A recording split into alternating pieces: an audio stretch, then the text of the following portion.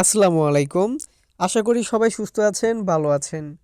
তো আজকের ভিডিওতে আলোচনা করব সার্বিয়ার এগ্রিমেন্ট বা চুক্তিপত্র কীরকম হয়।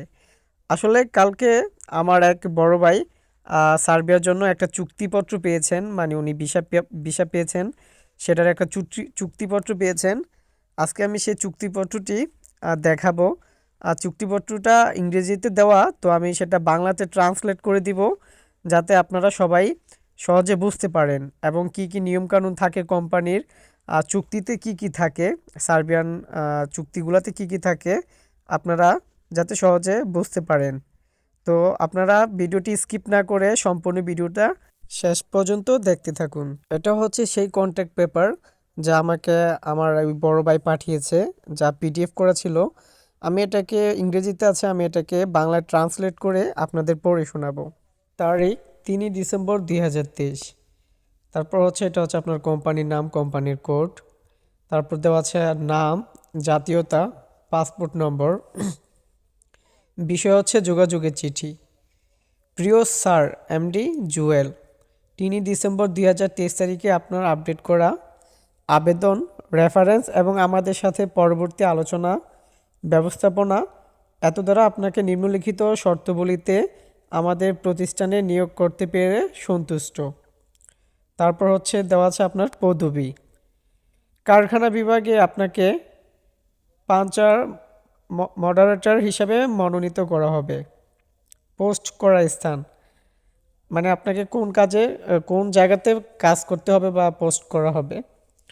আপনাকে আলবেনিয়াতে আমাদের অফিসের পোস্ট করা হবে, কিন্তু অ্যাপয়েন্টমেন্টের সময় যে কোনো সময়ে আপনি কোম্পানি দ্বারা নির্ধারিত অন্য কোনো ডিপার্টমেন্ট, শাখা, প্রতিষ্ঠান বা এর অধীনে অন্য কোনো কোম্পানিতে স্থানান্তর করার জন্য দায়ী থাকবেন। একই আপনার বেতন এবং পরিষেবার সাধারণ অবস্থাকে বিরূপ প্রভাবিত না করে ব্যবস্থাপনা। তারপর হচ্ছে গ্রেড। কোম্পানির কাঠামো অনুযায়ী আপনাকে গ্রেড এক্সটিভে রাখা হবে, মানে আপনি যতটুকু কাজ করবেন ওই কাজ পরিমাণে আপনার স্যালারি, আপনার মান বাড়বে, এই আর কি। তারপর হচ্ছে পারিশ্রমিক। আপনাকে প্রতি মাসে নিম্নলিখিত পারিশ্রমিকের জন্য উৎসাহিত করা হবে পরিষেবার শর্তাবলী পূরণ করার স্পষ্ট শর্ত সাপেক্ষে। তারপর আপনার ইউরো কত দেওয়া আছে, 480 ইউরো। পরিবহন ভাতা আছে 26 ইউরো। কর্মক্ষমতা বেতন আছে 60 ইউরো। শিল্প ভাতা আছে 35 ইউরো। তো এটা হচ্ছে আমাদের প্রথম পেজের। তারপর দেখেন কি দেওয়া আছে, সুবিধা। প্রভিডেন্ট ফান্ড, মাসিক বেতনের 12% কোম্পানি আপনার প্রভিডেন্ট ফান্ড অ্যাকাউন্টে জমা দেবে। কর্মচারীর অবদান হিসাবে আপনার বেতন থেকে একটি ম্যাচিং কর্তন করা হবে এবং পিএফ নিয়ম অনুযায়ী জমা করা হবে। ভ্রমণ সহায়তা ছেড়ে দিন। প্রতি বছর 15 ইউরো। 1 বছরের চাকরির যোগ্যতা, ন্যূনতম 4 দিনের উপার্জিত ছুটির সুবিধা নেওয়ার জন্য নেওয়া হয়েছে। চিকিৎসা প্রতিদান, স্ব ও নির্ভরশীলদের জন্য ডাক্তারের প্রেসক্রিপশন এবং ওষুধের বিলের জন্য প্রতি বছর 1850 ইউরো দিবে আপনাকে প্রতি বছর চিকিৎসার জন্য। আপনি নিম্নলিখিত হিসেবে সুবিধাগুলো ছেড়ে দেওয়ার জন্য শর্ত হবেন, মানে আপনি ছুটিগুলো ছেড়ে দিতে হবে। অর্জিত ছুটি 20 দিন। 2 নাম্বার হচ্ছে নৈমিত্তিক ছুটি বা অসুস্থ ছুটি 15 দিন। তারপর হচ্ছে একজন ম্যানেজ এক্সটিটিউট হিসাবে আপনি নিয়ম, প্রবিধান বা আইন দ্বারা নিয়ন্ত্রিত হবেন। সাধারণত কাজের সময় সাপ্তাহিক ছুটি, ওভারটাইম, বোনাস এবং গ্র্যাচুইটি ইত্যাদির মতো কর্মীদের ক্ষেত্রে প্রযোজ্য। পরীক্ষা, আপনি চাকরিতে যোগদানের তারিখ থেকে 6 মাসের সময়ের জন্য পরীক্ষায় থাকবেন। আপনার কর্মক্ষমতা এবং আচরণের উপর ভিত্তি করে পরিচালনা নিজস্ব বিবেচনার ভিত্তিতে এই সময়কাল বৃদ্ধি বা হ্রাস করা যেতে পারে, এবং যদি না আপনাকে লিখিতভাবে একটি আদেশ দেওয়া হয় তাহলে আপনাকে নিশ্চিত করার দাবি করা হবে না। বিচ্ছেদ, পরীক্ষা চলাকালীন বা বর্ধিত সময়কালগুলো এর সময় আপনার পরিষেবাটি কোনো কারণ বা অর্থ প্রদান ছাড়াই সমাপ্ত হতে দায়বদ্ধ। নিশ্চিতকরণের পরে উভয় পক্ষ 3 মাসের নোটিশ দিয়ে বাইরে অর্থ প্রদানের মাধ্যমে চুক্তিটি বাতিল করা করতে পারে তার পরিবর্তে মাসের মূল্য বেতন। আপনি আপনার দ্বারা জমা দেওয়া বয়সের উপর ভিত্তি করে 58 বছর বয়সের সাথে সম্পর্ক স্থাপনের জন্য কোম্পানির পরিষেবাগুলো থেকে রিটায়ার করবেন আপনার চিকিৎসা এবং মানসিকভাবে সুস্থ থাকা সাপেক্ষে। আশা করি ভাই এই 2 পেজ পর্যন্ত আপনারা বুঝতে পেরেছেন। তার পরের পেজে কি দিয়েছে আমরা একটু দেখি। তারপর দেখেন কি দেওয়া আছে, অন্যান্য নিয়ম এবং সংগঠন।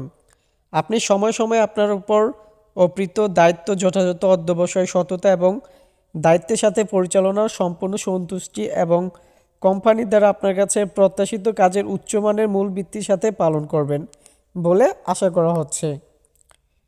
কোম্পানিতে আপনার অ্যাপয়েন্টমেন্ট সম্পূর্ণ সময়ের জন্য এবং আপনি কোম্পানির ব্যবসার জন্য আপনার এক্সক্লুসিভিটি নিবেদন করবেন। আপনি যতক্ষণ পর্যন্ত কোম্পানিতে নিযুক্ত থাকবেন ততক্ষণ আপনি নিজেকে অন্য কোনো লাভপূর্ণ কর্মসংস্থান বা ব্যবসায় খণ্ডকালীন বা পূর্ণকালীন নিযুক্ত করবেন না। এর বিপরীতে কোনো পদক্ষেপ আপনার পরিষেবাগুলোকে কোনো নোটিশ বা অর্থ প্রদান ছাড়াই সমাপ্তির জন্য দায়ী করবে। আপনাকে প্রায় সততার সাথে কোম্পানির অর্থ, উপকরণ এবং নথির সাথে মোকাবেলা করতে হবে।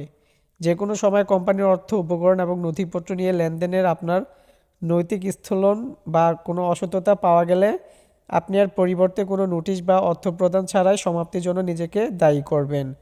আপনি প্রকাশ করবেন না বা জনসাধারণের কাছে কোম্পানির কোনো দিক সম্পর্কিত কোনো তথ্য কোম্পানির দ্বারা নিযুক্ত নয় এমন কাউকে দেবেন না। এই ধরনের কার্যকলাপ সহ আপনি কোনো নোটিশ বা অর্থ প্রদান ছাড়াই সমাপ্তির জন্য দায়ী থাকবেন।